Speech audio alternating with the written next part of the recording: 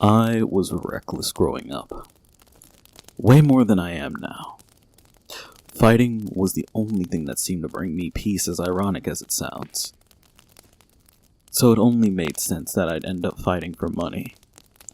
The lack of rules and the pure, unfiltered urge to prove myself meant that I fought like an animal. It didn't matter who I was up against. And this is what caught her attention. She showered me with gifts, trips, pretty much anything I wanted. All I had to do was fight. Hell, it didn't even matter if I won. Just fight.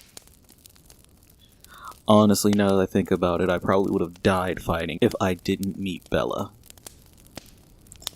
There's more to the story, but that's all for now.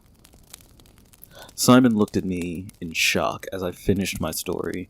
We sat next to the patch of freshly dug earth talking while waiting. The dirt shifted a little before Simon asked another question. So, what was your worst case? Was it for humans or the paranormal?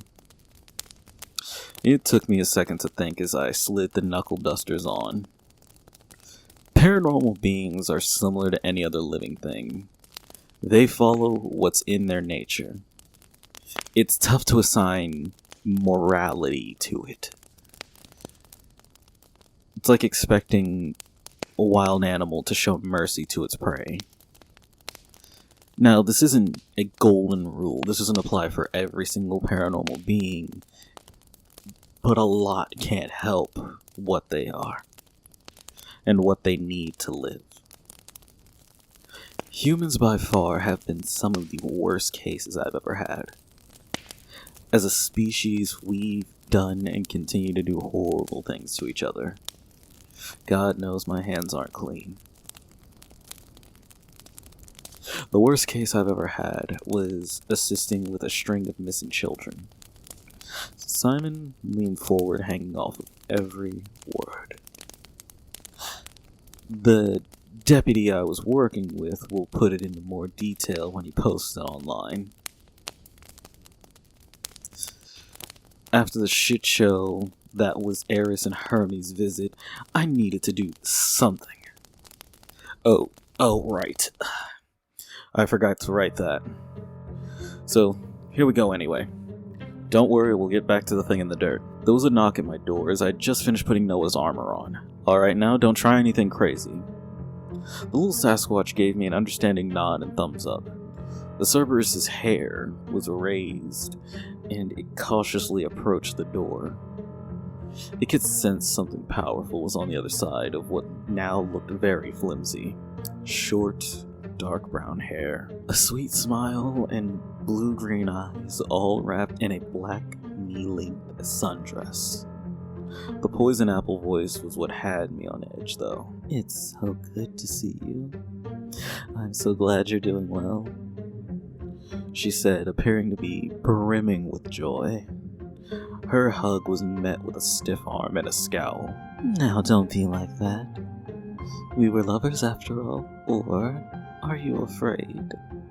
I mean, it's only natural. Humans are such fragile things. Even the strongest of you break so easily. So why don't you be a good boy and assist us, okay?" The lack of response was more than enough to push her buttons. However, acknowledging the tired-looking man next to her was the cherry on top. "Hello, Hermes. Would you like some coffee, or maybe a nap? I would offer your friend here something, but she's not welcome here." That got her pissed enough to grab my sweatshirt. "You will show me the respect I deserve. Do you honestly think that bitch can save you?" The words caught in her throat as she finally spotted the real me sitting on the stairs. My other self's hair got longer, skin started turning red, and eyes glowed with a golden color.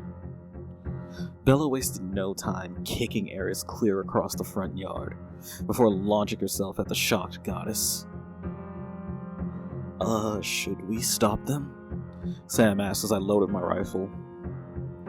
"It's best for us to keep a safe distance," I responded as I took aim. Bella was not giving Eris an inch, slamming her into a massive tree before stomping her head further into it, and even bringing the entire thing down on her.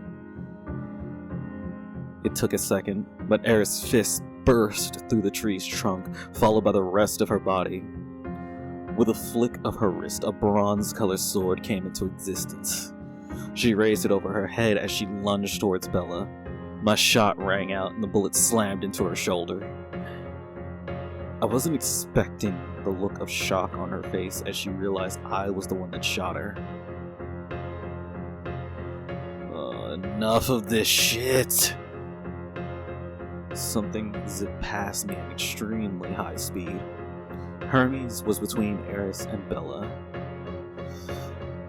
I knew having the Queen of Shit starting would be a problem, but no one listens to me, he said with an exacerbated look.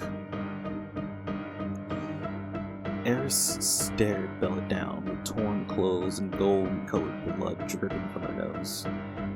Bella wasn't fazed. Horns and tail on full display, it almost felt as if she was considering fighting Eris and Hermes at the same time. Bella, I think she understands who's the boss around here. Right, Eris? Teeth clenched so hard I thought they were going to crack. Eris nodded in understanding. Everyone, let's take this inside before the neighbors see. Hermes had gone through 6 cans of my strongest iced coffee before he spoke.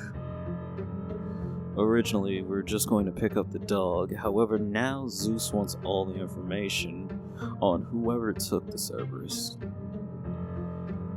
As much as I'd love to help, I've yet to be paid for my services. Eris groaned in frustration before leaving the room and returning with a large bag. 150,000 for this job. Another 80 if you report any updates. There's also something else thrown in as a bonus. Now, can we expect some cooperation? After discussing it with Bella and Simon, we came to an agreement. On one condition. You want me to fucking what? Eris was fuming as she swore in a language I couldn't place. Bella responded with a devilish grin. Quite simple, apologize. Through gritted teeth, Eris gave a weak, I'm sorry, before leaving with Hermes. Sam was the one to break the silence as he started laughing at how petty Bella was being. I, however, simply hugged my wife. Thank you, Bella. I honestly don't deserve you. And they forgot the fucking dog, I said as the 3 furry heads looked at me with concern. I swear if Hades doesn't come get him, I'm keeping him.